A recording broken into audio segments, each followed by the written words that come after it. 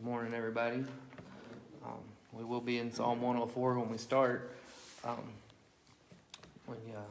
Another beautiful day the Lord's gave us. It's a little bit cool, but the sun's shining, and we had the strength and ability to get up and come into the house this morning to worship the Lord in His house and be in His presence. So that's a beautiful day.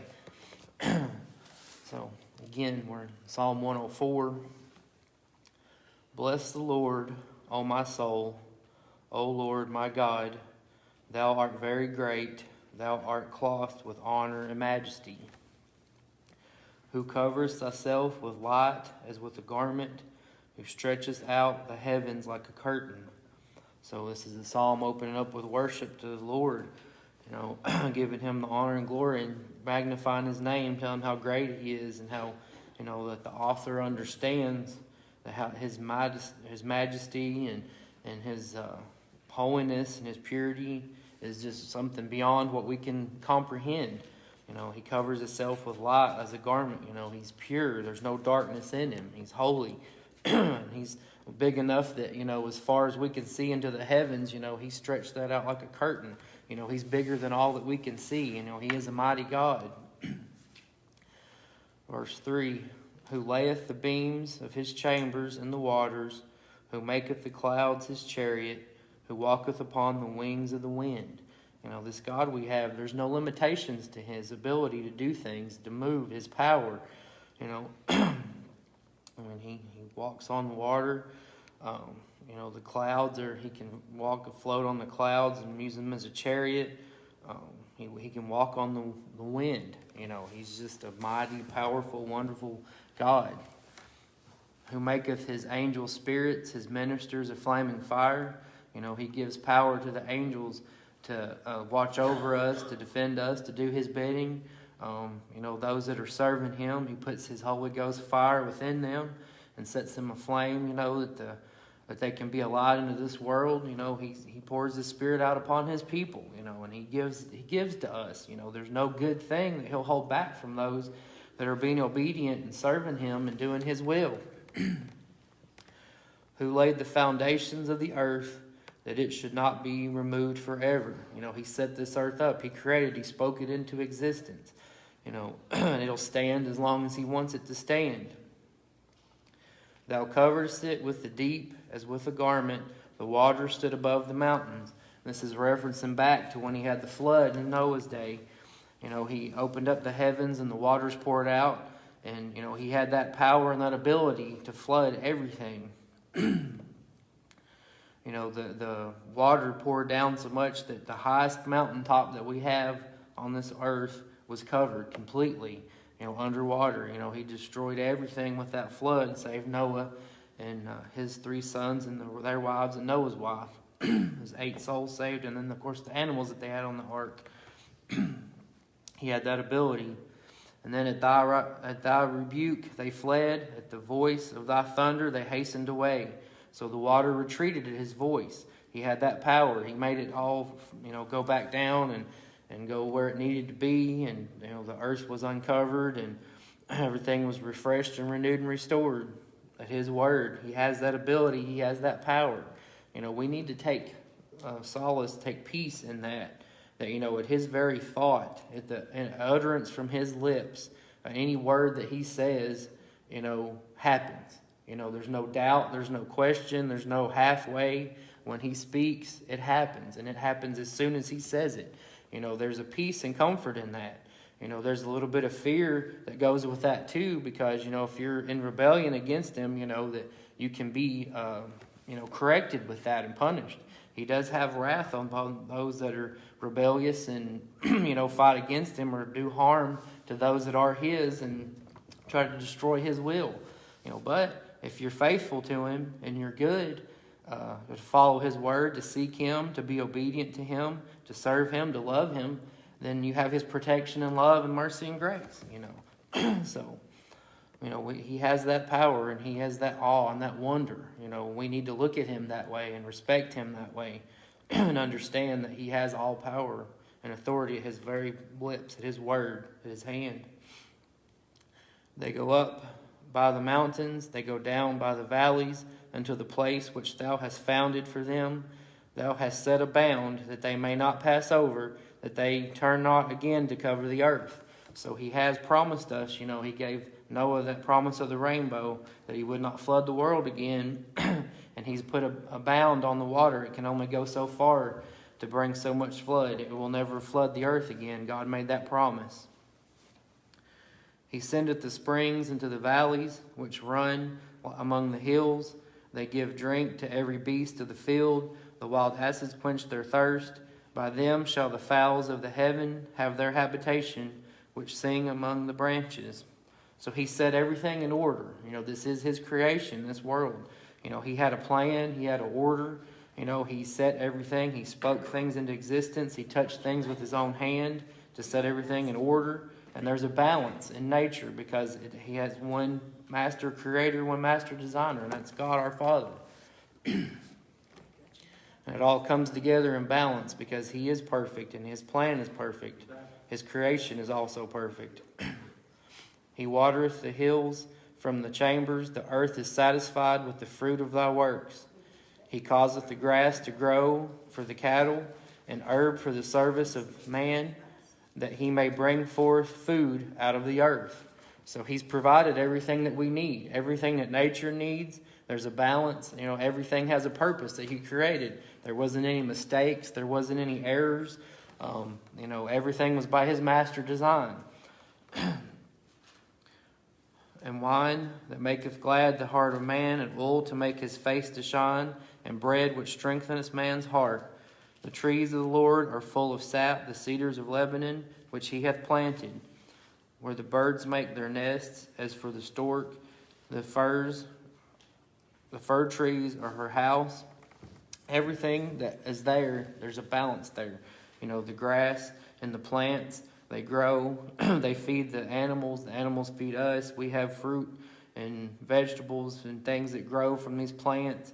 We have the animals there. There's a balance in all this stuff, that there's this great design, this great plan that he has. And everything, nature takes care of itself in a cycle. And it's perfect in his will. The high hills are for a refuge, for the wild goats, and rocks for the conies. He appointed the moon for seasons. The sun knoweth his going down. So, the moon, it has its cycle at night to bring us light so that the earth can rest from the heat of the sun. The sun knows when it's supposed to come up and go down. It's all in his time and in his balance. We have the seasons so that the earth can rest. We're coming out of winter now. We're in spring and everything's greening back up and livening back up. We're going to have summer soon. The warmth's going to come. Then this fall it'll start to cool back down again and everything goes back into rest and dormancy for the winter. God has a plan for all this. We may have our favorite seasons, but there's a need for each and everything. We go through things, and that's a natural cycle with life. There's birth, there's life, and then there's death, and then there's the afterlife. There's 4 seasons for that too. And that's maybe there's a connection with that with us. Because birth is the beginning of life, and then of course you have life, and death is the end of the physical life, and then after that there's the spiritual life. Whether it's eternally with the Lord and good and pure and happy, or if you've rejected Jesus Christ and you've rejected him and lived in your sin and kept it, then there's death spiritually with that too. So everything in nature points to God. I've seen so many things and studied. I was a history student in school and loved science and studied that, and there were so many scientists I remember hearing these stories about that they set out to prove God didn't exist, and when they were studying the earth, and it wound up after years and years and decades of searching that they said that they found God through earth and through studying nature, because there was no other explanation, that there had to be one master creator and all life had to come from one source, and they found out that it was God. It's just such a beautiful thing, when you go to seek him, how he reveals himself to you. He can reveal himself to you in the smallest of little things or the great big huge things. It's like he's in everything. And if we look, with pure heart and pure eyes, and we're seeking him, we'll find him in everything. Thou makest darkness and it is night, wherein all the beasts of the forest do creep forth. The young lions roar after their prey, and seek their meat from God. The sun ariseth, they gather themselves together, and lay them down in their dens. Like I said, there's just a balance. God has a plan for everything, and everything in it has a purpose. That gives us all hope, studying and thinking on this, and seeing how this goes, because there's times in our lives, there's been times in my life where I wondered, why am I here? What am I doing here? Do I really have a purpose here? Do I really even need to be here? Who would miss me if I was gone? But, this what we're studying here this morning, there's a balance there, and everything that God created has a purpose and has a balance. There's something that it has to do. There's a work for that thing. There's a work for each and every one of us. And if we feel that we're hopeless or we're worthless, it's because we've not found that calling from Him yet. We've not found Him. We need to seek Him and find Him. And when we find Him, He'll tell us. He'll reveal to us what abilities we have, what gifts, what talents we have. And He'll show us what we need to do. But we have to listen and we have to seek Him. Because we are those, every one of us is a piece of that puzzle. And He's fitting it all together. He's putting this thing together, His plan and what His will is, and we're all those little pieces. When we resist and we fight, they don't go together and things can't come together like they need to. But when we're, submissive to Him and obedient, He can move us around and connect us and put us together, and it all comes together in His perfect will. Man goeth forth unto his work, and to his labor unto the evening. O Lord, how manifold are thy works! In wisdom hast thou made them all. The earth is full of thy riches. So see, we have our part too. Man has work to do. We've got to get up. We've got to go labor. We have to provide for ourselves, for our families. There's a physical part to that, but there's also a spiritual part to that. We have a higher calling. Those that have accepted Jesus Christ and we're following God, we have to do spiritual work too. We've got to seek Him and find out what that is we do. We share our testimonies with those around us. We help others. We love them like Christ loved. We take care of our neighbors and friends and those around us. And we share, the gospel with them. Not everybody's going to be a teacher or preacher, but we all have that calling of the Great Commission to go out and spread, the testimony we have and what God's done for us, to point others to Him that they could be saved. We have work to do. O Lord, how manifold are thy works! In wisdom hast thou made them all. The earth is full of thy riches. Like I said, we look around, there's everything there points back to Him. And everything that He has to offer is there for us to take. And when we do that in His will. So is this great and wide sea, wherein are things creeping innumerable, both small and great beasts. There go ships, there is that Leviathan, whom thou hast made to play therein. These wait all upon thee, that thou mayest give them their meat in due season. So everything in the ocean, the seas, all those beasts, they have a purpose, they have a plan. God takes care of them too, just like all the things on the earth, all the little small insects and birds and animals and us and other things in the sea. There's a balance, and He has a plan, and He takes care of all of them. They all have a purpose. That thou givest them, they gather. Thou openest thy hand, they are filled with good. Thou hidest thy face, they are troubled. Thou takest away their breath, they die, and return to their dust. So again, He is in control. When He's there and He's present, there's life. There's a life cycle for each and every one of us at some point. It's appointed to every man at the point to die. We don't know when that is, but when He takes away that life, takes away our last breath, we'll return to Him. We'll return to dust. Our soul will return to Him. And then we'll be judged upon the things we did. If we accepted Christ and served Him, we'll go to heaven. If we rejected Him and lived in our sin, we'll go to hell. And that's not Him condemning us, that's us condemning ourselves, because He gave us that choice. We have that freedom.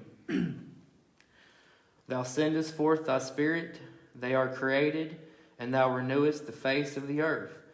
So as I said, back to the seasons again, we have spring when life springs forth, and there's newness, there's renewing, there's growth.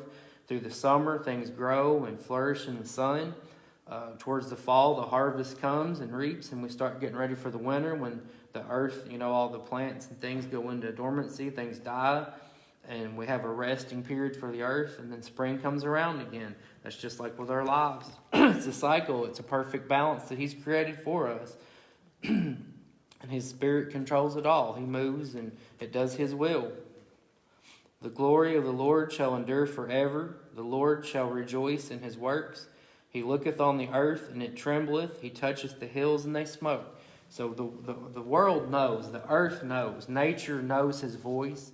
It listens to Him. You can see His Spirit move, like when the wind blows, and you can just feel His presence, the sun on your skin, the cool and the day and the evening, even the chill in the winter. It's like it all has a purpose. It's all Him, and it all points back to Him and His will. I will sing unto the Lord as long as I live. I will sing praise to my God while I have my being. So, when we have opportunity to worship Him every day, we have an opportunity to serve Him, to help others, to point them to Him, and to tell how great, mighty He is. And we need to do that. We need to sing His praises. He is worthy. He is the one that's worthy for all glory and praise and honor. My meditation of Him shall be sweet. I will be glad in the Lord. It's hard to explain how great a relationship with the Lord is. We can try, but words fail us. It's something that you have to try on your own. And once you try it, you realize that there's nothing left in this world that could compete with Him, and how good He is, and how sweet it is, and how just a loving and warm and just, completely satisfying relationship with Him can be. And you just, until you can think you understand until you feel it and you experience it yourself. And it's something that you have to try to understand, and then still you have the words still fail you to explain how great it is. Let the sinners be consumed out of the earth, and let the wicked be no more. Bless thou the Lord, O my soul, praise ye the Lord.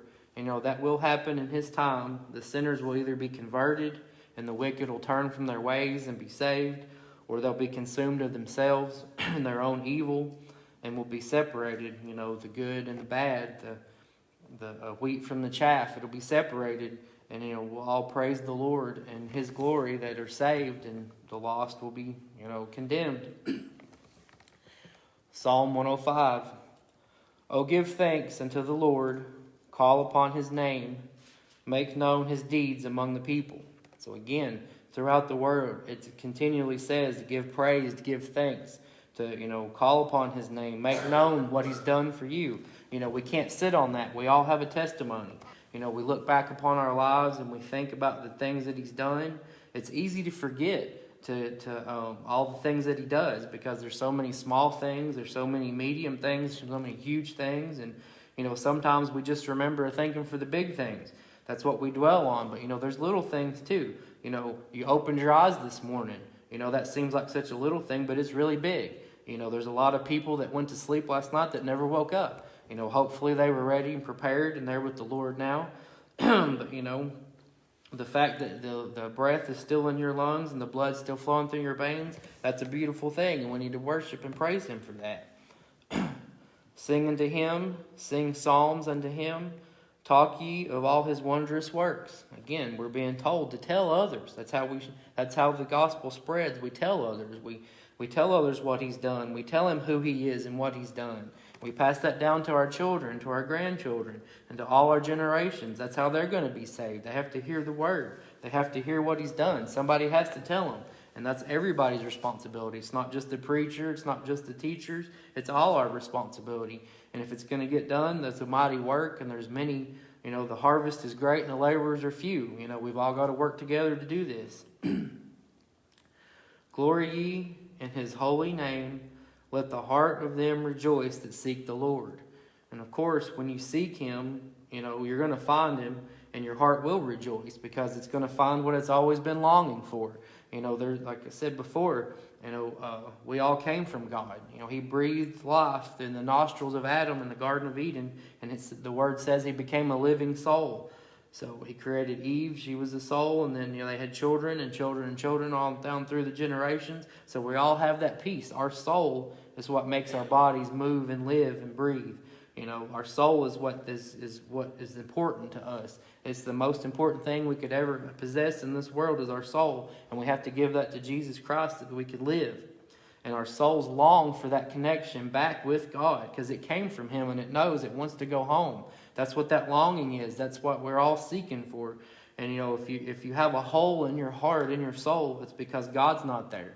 And there's nothing else can fill that hole. And your soul cannot fully rejoice and be satisfied until it's back with the Father and you've got that connection with Christ. It's the only thing that can fill that void. Seek the Lord and His strength. Seek His face evermore. Remember His marvelous works that He hath done, His wonders, and the judgments of His mouth. So again, you know, we have to think back. We have to remember all the things that He's done, the strength that He's gave us, the deliverance, the salvation that He's gave us. When He's protected us, He's shielded us, He's delivered, He's provided. All the things that He's done, His mighty wonders. You know, we can think about these things and look back at all the times that we shouldn't have made it. We shouldn't have been here. The enemy should have beat us down and killed us and destroyed us, but we were shielded. He delivered us. He made a way out. You know, when the doctor said that, well, you've got this, there's illness, it's a death sentence, He delivered you. You know, there's cases of that when He's told us this, that. The world said you'll never be anything, you'll never make it. He's made a way and He's delivered us. He's made a way for those that serve Him and believe fully in Him and trust in Him fully. We need to remember those things and we need to share those and tell others. We need to teach others the way. O ye seed of Abraham, His servant, ye children of Jacob, His chosen.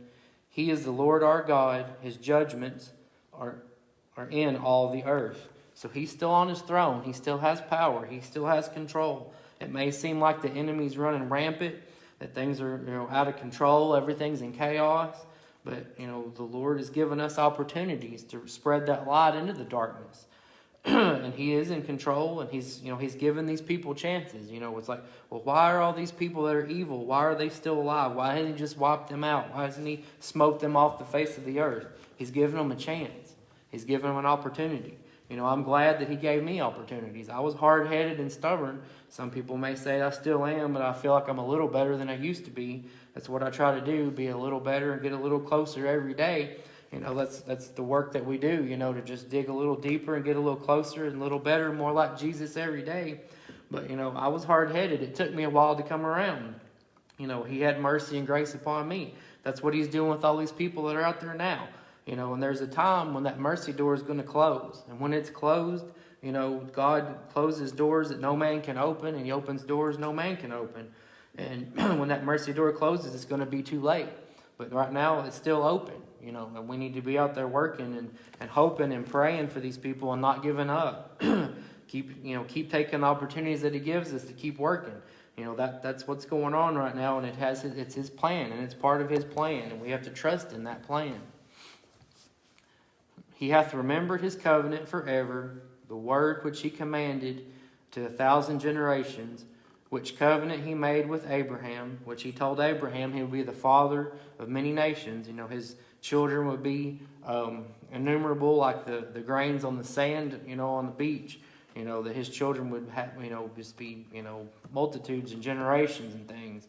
And His oath unto Isaac, and confirmed the same unto Jacob for a law, and to Israel for an everlasting covenant.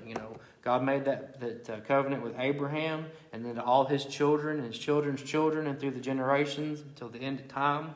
And then He gave the law to the children of Israel to not to punish them or not to be mean or cruel to them, but to reveal who He is. Because when we study this Word, we study the Ten Commandments, we study the law that He gives us, it shows us who God is. It shows us who He is and who what His Spirit is, and His truth and His holiness and His beauty and His power and His awe and His wonder. And it shows us how far away we are in our sins from Him. That the law is a beautiful thing. When you're on the side of grace and mercy and forgiveness, and you're under the blood. When you're on the other side of it and you're under the condemnation and under the sin and the wickedness, it's a horrible, damning thing, and it will crush you and destroy you. But we have that grace. If you cross over into the mercy side, you have the blessings and the the covenant, we fall into that covenant, because the blood of Jesus Christ, it paid for us and opened that door for us. Saying, unto thee will I give the land of Canaan, the lot of your inheritance. When they were but a few men in number, yea, very few, and strangers in it. When Moses led the children out of Egypt into the land of Canaan, when he was taking them out to there, of course Joshua crossed them over because Moses couldn't go. We'll get into that a little bit later here, but he promised that land to them, and it was full of people. There was heathen there. There was people that had rejected God, and they were living wickedly, and they outnumbered the children of Israel, and the children of Israel had just come out of bondage. They weren't fighters. They weren't warriors. The land that they went into they were strong people in that land, and Israel, they were weak at this point, but God delivered them. He protected them, He shielded them, and He took care of them. When they went from one nation to another, from one kingdom to another people, He suffered no man to do them wrong. Yea, He reproved kings for their sakes, saying, touch not mine anointed, and do my prophets no harm. So He shielded and protected them. There wasn't any physical, earthly reason why they were able to do the things they did. And the only explanation is because it was a spiritual thing. It was a God thing. He was moving. He was protecting. He was shielding them. He was delivering the enemies to their hand. And we have a peace in this. This verse 15 again saying, touch not mine anointed and do my prophets no harm. When His anointed, that's just His people. Those that He set apart. Those that have decided to set their lives apart and dedicate themselves to Him. And when you're His, you're anointed, and He touches you and He protects you. And all His people and His prophets, He's going to protect them, deliver them. He's going to make ways when there is no way that we can see. He makes a way because He's mightier and He's strong and He has all authority and power.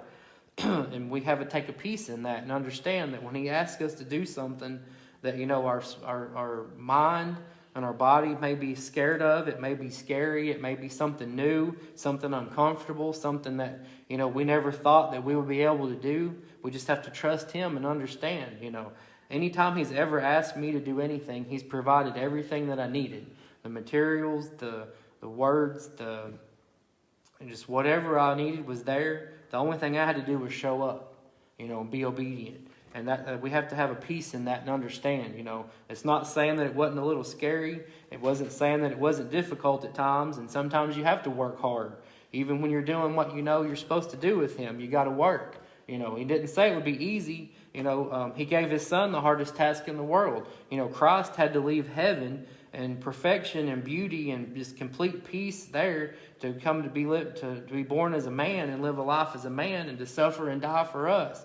Why would He make it all peaches and cream and easy for us when, Jesus had to do the work He had to do. And we're supposed to follow and be like Him. So there's going to be hard times. There's going to be battles. There's going to be, scars. There's going to be wounds. But He's going to see us through it. He's going to pick us up. He's going to clean us up. He's going to give us strength. He's going to heal us. He's going to take us through.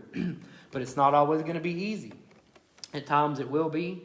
But I promise you it'll be easier if you're obedient. Because I've learned the hard way on that one. If He gives you something to do and He gives you the direction to do it, which He always does, do it exactly the way He asks you to do it. If you get in yourself, I've done that myself a couple times and tried to help Him out and put a little bit of me in it, and it's always messed it up, muddied it up, and I've had to go back and fix it and do it the way He told me to do, and it was twice as hard as it was than it would have been if I'd done it right the first time. So just be obedient and do what He asks you to do, and it'll work out just fine. Moreover, He called for a famine upon the land. He brake the whole staff of bread. He sent a man before them, even Joseph, who was sold for a servant, whose feet they hurt with fetters. He was laid in iron until the time that his word came. The word of the Lord tried him. The king sent and loosed him, even the ruler of the people, and let him go free. So again, this is touching on the story of Joseph.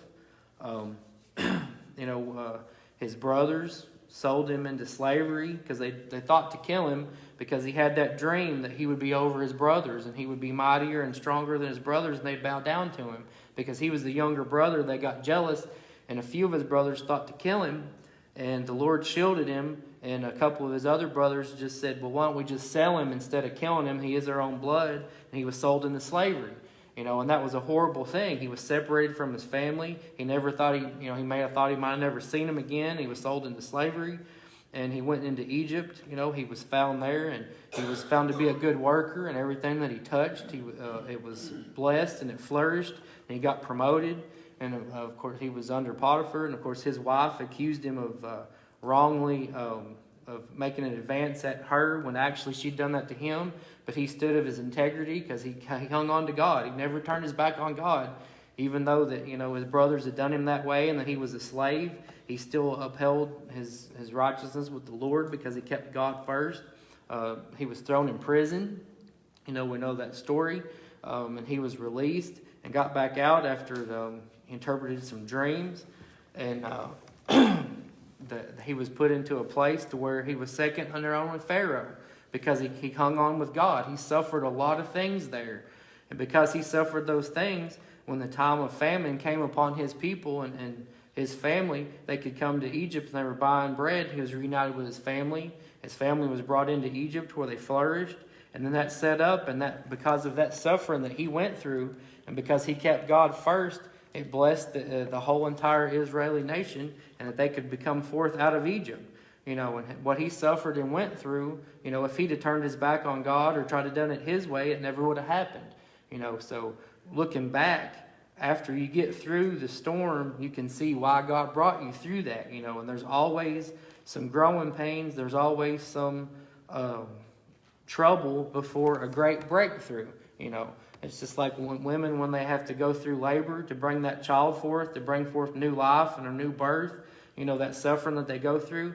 Every mother I've ever heard, once they lay that baby on her chest after she's had it, she said she'd do it again for that child. And so sometimes we suffer, it's a spiritual thing. We go through hard times and growing pains to to get something new, to have a breakthrough, to have new life, to have a regeneration, a growth, and something new. And we hang on to Him, He'll see us through it.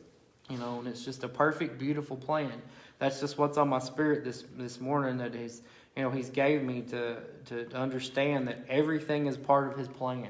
He's in control, and everything you're going to see at some point, after we get through, after the storm clouds break and the rainbow comes out with the sun shining, we're going to understand why. We may not now, we may not understand why now, but it's part of His plan. Just do what you know to do until you get through. He'll get us through it. The king set and loosed him, even the ruler of the people, and let him go free. He made him lord of his house and ruler of all his substance, to bind his princes at his pleasure and teach his senators wisdom. Israel also came into Egypt, and Jacob sojourned in the land of Ham. And he increased his people greatly and made them stronger than their enemies.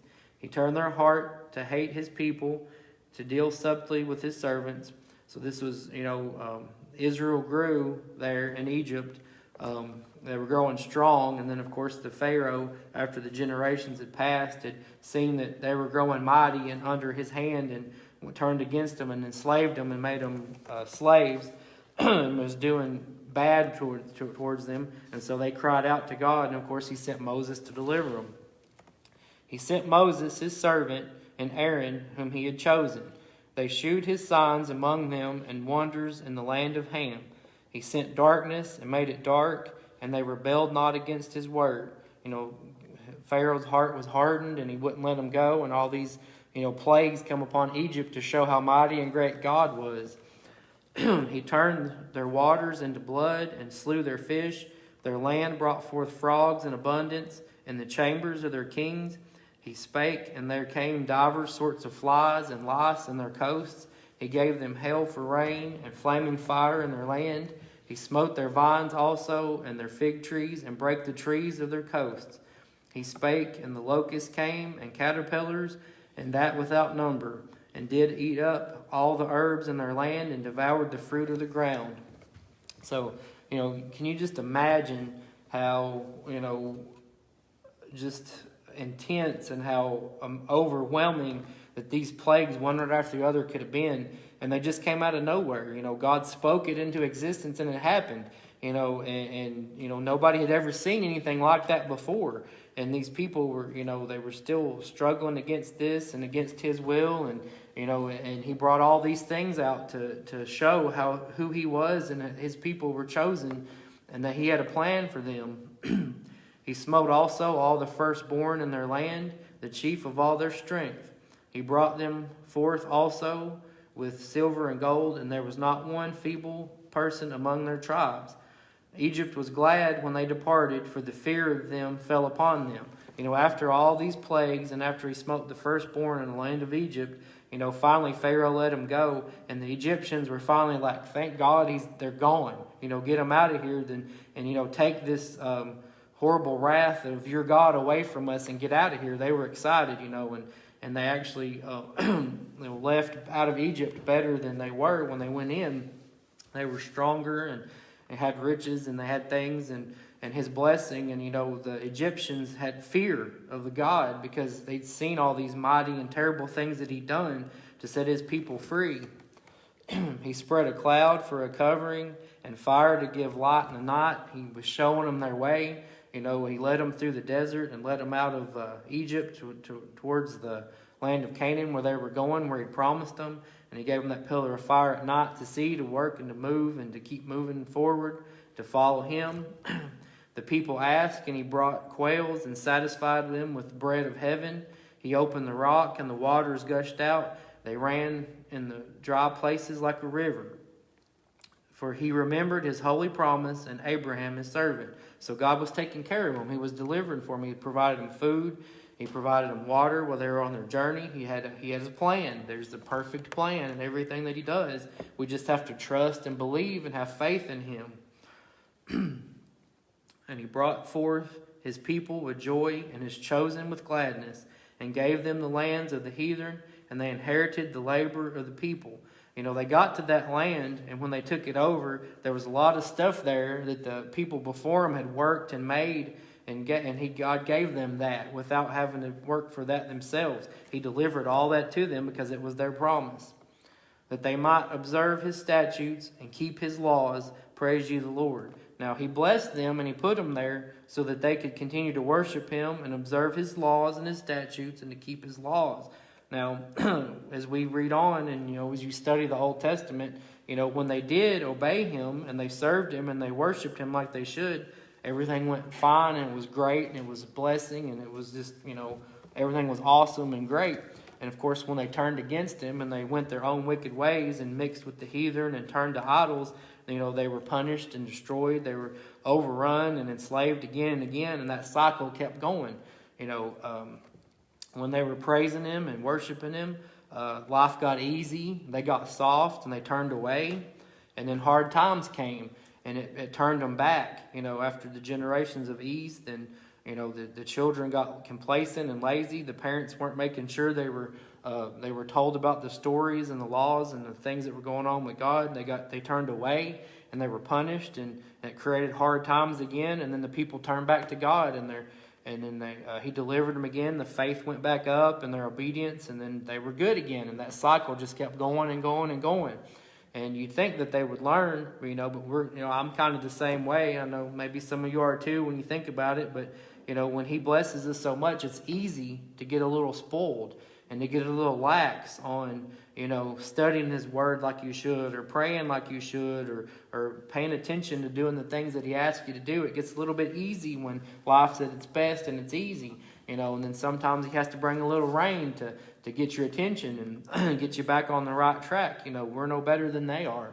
They were human beings, wrapped in flesh and blood and bones and skin too, just like we are. It's easy to look back and judge them like, well, how could they do that? But, if we think back hard enough, we've slipped up a time or two too. I know I have. And but, we have to keep Him first.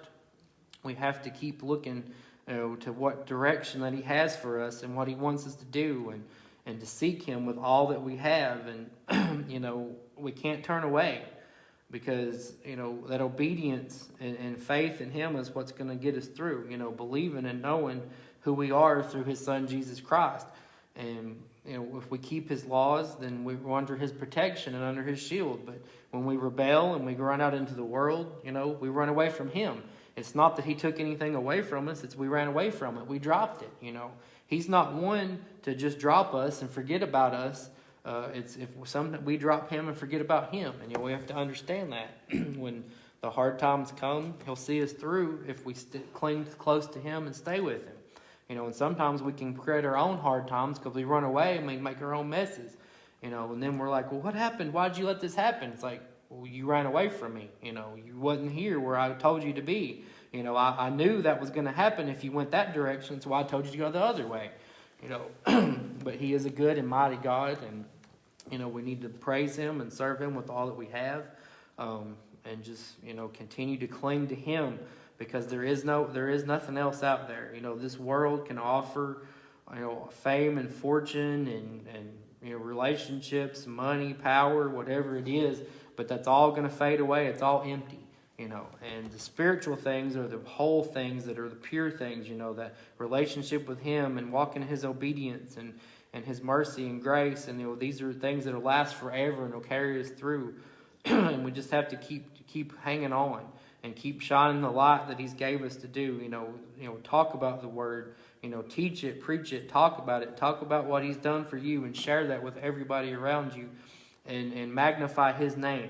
And remember, that it's not anything that we're doing other than just being obedient, and he's working through us, and to keep his statutes, his laws, and praise him, and we'll be fine, and we'll make it through, and just share that hope with others, because this world needs that hope right now, as much as it ever has.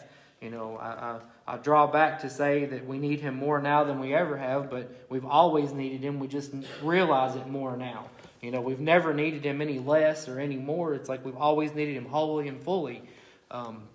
It's just, our understanding of how much we need him has changed. The closer you get, the more you need him, So, but, just seek him now, seek him often, seek him always, and continue to, do the best you can in obedience and walking with him, and, he'll see us through. That's what we have this morning. We'll stop and...